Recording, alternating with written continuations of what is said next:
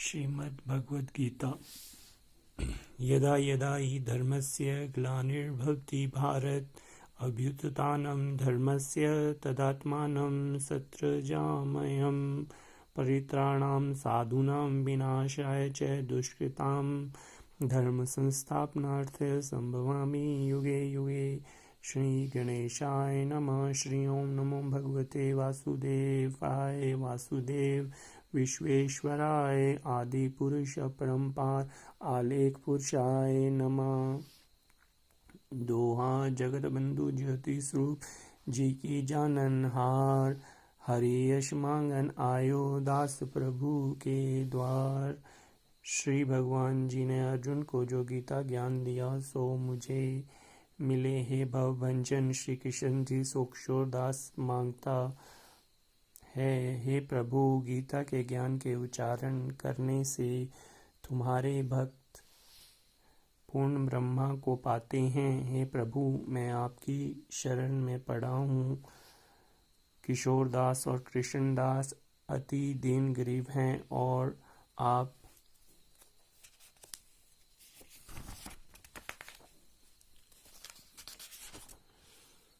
परम प्रवीण आरत दुख भंजन हो। हे कृष्ण भगवान तेरे संतों और भक्तों के हेतु मैं यह ज्ञान भाषा में कहता हूँ।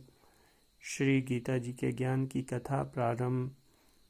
जब कौरव पांडव महाभारत के युद्ध को चले तब राजा धृतराष्ट्र ने कहा मैं भी युद्ध को देखने चलूँगा।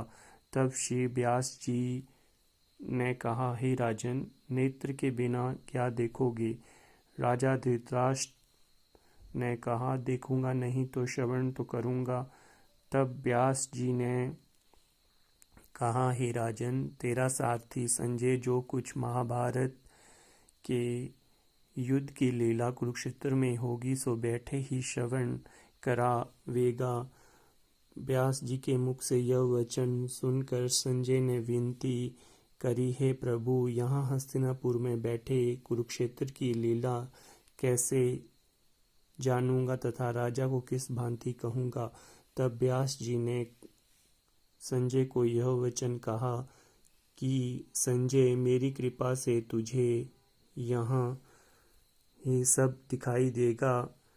व्यास जी के इतना कहते ही संजय की दिव्य दृष्टि भई और बुद्धि भी दिव्य भई। अब आगे महाभारत का कौतुक कहते हैं सो सुनो। 7 अक्षौणी सेना पांडवों की और 11 अक्षौणी सेना कौरवों की, यह दोनों सेना कुरुक्षेत्र में जा एकत्र भई।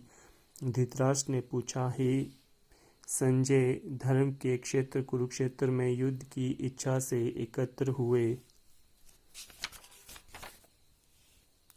मेरे और पांडु के पुत्रों ने क्या किया।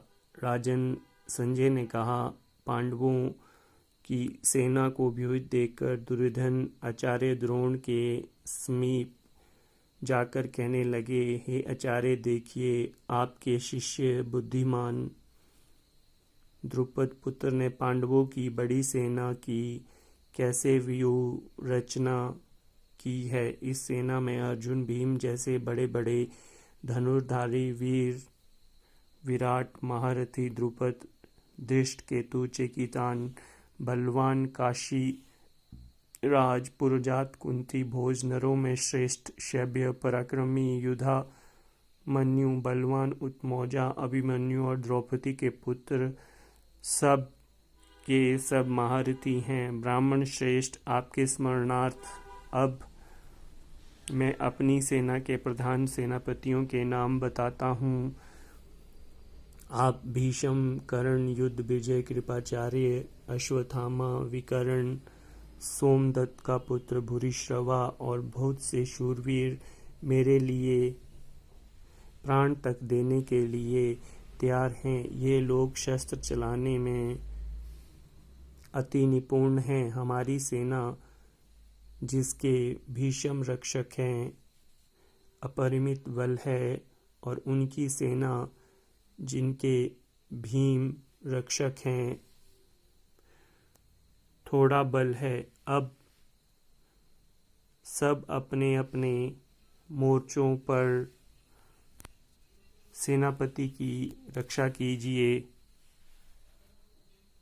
भीष्म पितामह ने दुर्योधन को प्रसन्न करते हुए ऊंचे स्वर में गरजते हुए शंख बजाया। फिर वहां चारों ओर शंख नगाड़े ढोल गोमुखोदय बजने लगे, जिसके बड़ा भयंकर शब्द हुआ, जिसके अनंतर श्री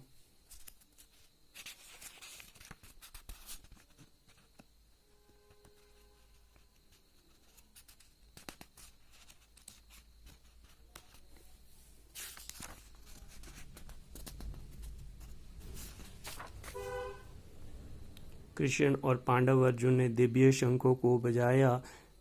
श्री कृष्ण ने पंचजन्य, अर्जुन ने देवदत्त नामक शंख को और भीषण कर्म करने वाले भीम ने पौंड्रक नामक बड़े शंख को बजाया। कुंती पुत्र राजा युधिष्ठिर ने अनंत विजय, नकुल ने सुघोष, सहदेव ने मणिपुष्पक और धनुर्धर, काशीराज शिखंडी, धृष्टद्युम्न, विराट, अपराजित, सात्यकी राजा द्रुपद और द्रौपदी के पांचों पुत्रों और महाभिमन्यु, इन सब वीरों ने अपने अपने शंख को बजाया। उन शंखों के भारी शब्द से आकाश और पृथ्वी गूंज उठे और धृतराष्ट्र के पुत्रों के हृदय कांप उठे। हे राजन, अर्जुन ने कौरवों को युद्ध के लिए प्रस्तुत देखकर धनुष उठाकर श्री कृष्ण से कहा कि हे अच्युत, मेरा रथ दोनों सेनाओं के बीच में खड़ा कीजिए, जिससे मैं युद्ध करने के वाले को देख लूं कि इस रणभूमि में मुझे किन किन के साथ युद्ध करना चाहिए। दुर्बुद्धि दुर्योधन की प्रीति करने वाले जो युद्ध के लिए यहाँ एकत्रित हुए हैं, उनको देखूंगा। संजय ने कहा कि हे राजन, अर्जुन की बात सुनकर श्री कृष्ण ने भीष्म, द्रोण आदि वीरों के सामने उत्तम रथ को खड़ा करके कहा कि हे वीर, युद्ध के लिए उद्यत इन कौरवों को देख लो। अर्जुन ने चाचा, बाबा, गुरु, मामा, भाई, पुत्र, पौत्र, मित्र, श्वशुर और स्वजनों को शस्त्रों से सुसज्जित खड़े देख और उसने इन दोनों सेनाओं में अपने ही सब बांधवों को देखकर परम दयाद्र हुए यह वचन कहे, हे श्री कृष्ण, युद्ध की इच्छा से आए हुए इन अपने बंधुओं को देख मेरे अंग ढीले होते जाते हैं और मुख सूखा जा रहा है, मेरा शरीर वेकल होता है, गांडीव हाथ से गिर जाता है। हे केशव, मुझ में यहाँ खड़े रहने की सामर्थ्य नहीं है और सब लक्षण में उल्टे देख रहा हूँ और संग्राम में अपने स्वजनों का वध करके कोई लाभ नहीं होगा। हे श्री कृष्ण, मैं जीत, राज्य और सुख भी नहीं चाहता हूँ। हे प्रभु, हमको राज्य, भोग और जीवन से क्या काम है, क्योंकि जिनके लिए भोग और सुख की इच्छा की जाती है, वे सब इस युद्ध में प्राण और धन की इच्छा को छोड़कर मरने को तैयार हैं। आचार्य, पिता, पुत्र, पितामह, मामा, श्वशुर, पौत्र, साले और संबंधी, ये सब के सब मुझे मारें तो भी हे मधुसूदन, मैं इन्हें मारने की इच्छा नहीं करूँगा। हे जनार्दन, त्रिलोकी के राज्य के लिए भी मैं इन्हें मारना नहीं चाहता, फिर इस पृथ्वी के राज्य के लिए तो कहना ही क्या। हे जनार्दन, धृतराष्ट्र के पुत्रों को मारकर हमारा क्या भला होगा, इसलिए हमें अपने भाई धृतराष्ट्र के पुत्रों को मारना अनुचित है। हे माधव, स्वजनों को मारकर क्या हम सुखी हो सकते हैं? ये सब लोभ के वशीभूत और कुल के नाश को करने तथा मित्रद्रोह करने और पाप द्रोह करने के पाप को नहीं देखते हैं। कुल नाश के दोष को जानते हुए भी हमको इस पातक से क्यों नहीं दूर रहना चाहिए? कुल का नाश होने से कुल का प्राचीन धर्म नष्ट हो जाते हैं, फिर धर्म का नाश होने से कुल में पाप बढ़ता है। हे श्री कृष्ण, पाप से कुल की स्त्रियां व्यभिचारिणी होती हैं, जिससे वनशंकर संतान उत्पन्न होती है। वह वनशंकर जिन पुरुषों ने कुल को नष्ट किया उनको तथा उस कुल को नरक में पहुंचाते हैं, क्योंकि श्राद्ध तर्पण आदि बंद हो जाते हैं। वनशंकर बनाने वाले दोषों से कुल ध्वंसकों से जाति धर्म और कुल धर्म निरंतर नाश होते हैं। हे जनार्दन, मैंने बारंबार सुना है कि कुल धर्म नष्ट होने से निश्चय ही नरकवास करना होता है। हाय, हम बड़ा पातक करने को तैयार हैं, जो राज्य सुख के लोभ से स्वजनों को मारने की कोशिश कर रहे हैं। शस्त्रों को धारण किए हुए धृतराष्ट्र के पुत्र यदि मुझ शस्त्र रहित उपायहीन को रण भूमि में वध कर डालें तो मेरा बहुत कल्याण हो। संजय ने कहा, हे राजन, यह कहकर दुखित होकर अर्जुन ने धनुष बाण फेंक दिया और रथ के पिछले भाग में जा बैठा। इति श्रीमद्भगवद्गीतासु उपनिषत्सु ब्रह्म विद्या योग शास्त्रे श्री कृष्ण अर्जुन संवादे विषाद योगो नाम प्रथमो अध्याय समाप्त। प्रथम अध्याय का महात्म्य प्रारंभ। एक समय पार्वती ने पूछा, हे महादेव जी, जिस ज्ञान के बल से आपको संसार के लोग शिव कहकर पूछते हैं, मृगशाला ओढ़े, अंगों में शमशानों की विभूति लगाए, गले में सर्पों और मुंडों की माला पहने रहे हो, इनमें से तो कोई पवित्र नहीं है, फिर आप किस ज्ञान से पवित्र हो, यह आप कृपा कर कहिए।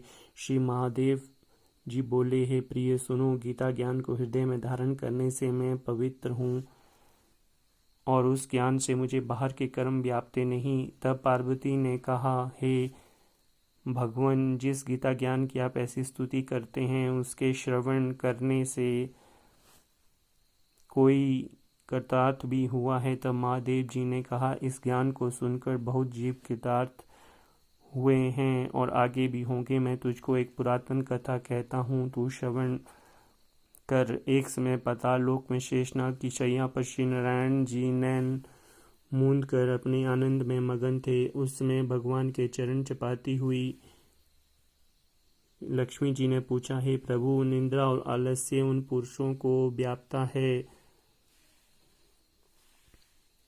जो जीव तामसी हैं, फिर आप तो तीनों गुणों से अतीत हो, आप जो नेत्र मूंद रहे हो, मुझको बड़ा आश्चर्य है। श्री नारायण जी बोले, हे लक्ष्मी, मुझे निंद्रा आलस्य नहीं व्यापता। एक शब्द रूप जो भगवद गीता है, उसमें जो ज्ञान है उसके आनंद में मगन रहता हूँ। जैसे 24 अवतार हैं मेरे आकार रूप हैं, वैसे गीता के शब्द रूप अवतार हैं। इस गीता के यह अंग हैं: 5 अध्याय मेरी भुजा, 5 अध्याय मेरा हृदय और मन है, 16वां अध्याय मेरा उदर है, 17वां अध्याय मेरी जंगा है, 18वां अध्याय मेरे चरण हैं। सब गीता के जो श्लोक हैं सो मेरी नाड़ियां हैं, और जो गीता के अक्षर हैं वे सो रोम हैं। ऐसा जो मेरा शब्द रूपी गीता का ज्ञान है, जिसके अर्थ मैं हृदय में विचरता हूँ, बहुत आनंद को प्राप्त होता हूँ। श्री नारायण जी ने कहा, हे लक्ष्मी, गीता ज्ञान को सुनकर बहुत जीव कृतार्थ हुए हैं, सो तू सुन। एक शुद्ध वन प्राणी था जो चांडालों का कर्म करता था और तेल लवण का व्यापार करता था। उसने बकरी पाली थी। एक दिन वह बकरी चराने को बाहर गया, वृक्षों के पत्ते तोड़ने लगा। वहां सर्प ने उसे डस लिया। तत्काल प्राण निकल गए। मरकर उसने बहुत नरक भोगे। बैल का जन्म पाया। उस बैल को भिक्षुक ने मोल ले लिया। भिक्षुक उस पर चढ़कर सारा दिन मांगता फिरे। जो कुछ भिक्षा मांग कर लावे, कुटुंब के साथ मिलकर खावे। वह बैल सारी रात द्वार पर बंधा रहे। उसके सोने पीने की खबर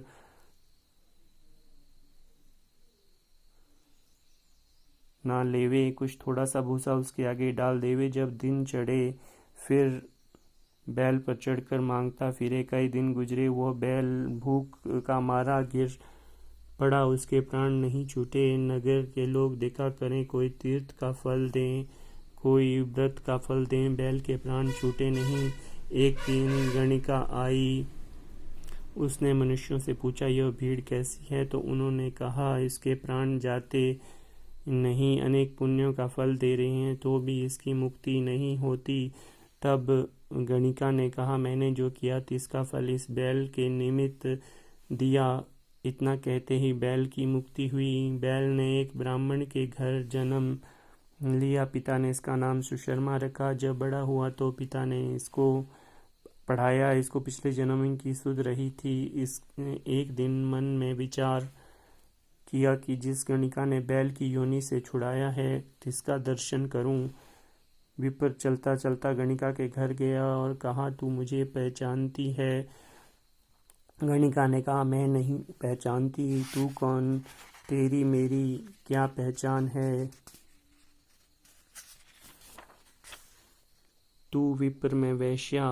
विप्र ने कहा, मैं बैल हूँ जिसको तुमने अपना पुण्य दिया था, तब मैं बैल की योनि से छूट गया। अब मैंने विप्र के घर आकर जन्म लिया है। तू अपना पुण्य बता। गणिका ने कहा, मैंने अपने अनजाने में कोई पुण्य नहीं किया, पर मेरे घर में एक तोता है। वो जो कुछ पढ़ता है मैं उसके वाक्य सुनती हूँ। उस पुण्य मैंने तेरे निमित्त दिया। तब विप्र ने तोते से पूछा, तू सवेरे क्या पढ़ता है? तोते ने कहा, मैं पिछले जन्म में विप्र का पुत्र था। पिता ने मुझे गीता के पहले पाठ सिखाया। एक दिन मैंने गुरुजी से कहा, मुझको तुमने क्या पढ़ाया? तब गुरु ने मुझे शाप दिया कि तू सुआ हो जा। मैं सुआ हुआ। एक दिन फंदक मुझे पकड़ कर ले गया। एक दिन विप्र ने मुझे मोल ले लिया। वह विप्र भी अपने पुत्र को गीता का पाठ सिखाता था। तब मैंने पाठ सीख लिया। एक दिन विप्र के घर चोर पड़े। उन्हें धन ना प्राप्त हुआ तो वो पिंजरा उठाकर ले गए। उन चोरों की यह गणिका मित्र थी। मुझे इसके पास ले आए। सो मैं नित्य गीता के पहले अध्याय का पाठ करता हूँ। यह सुनती हैं। इस गणिका की समझ में नहीं आता। जो मैं पढ़ता हूँ वह पुण्य मैंने तेरे निमित्त दिया। सोए लक्ष्मी। गणिका ने भी भले कर्म ग्रहण किए। नित्यपति स्नान करके गीता के प्रथम अध्याय का पाठ करे, इससे उसकी मुक्ति हुई। श्री नारायण जी ने कहा, लक्ष्मी, जो कोई अनजान कर भी गीता का पाठ करे, श्रवण करे, उसको भी मुक्ति मिलेगी।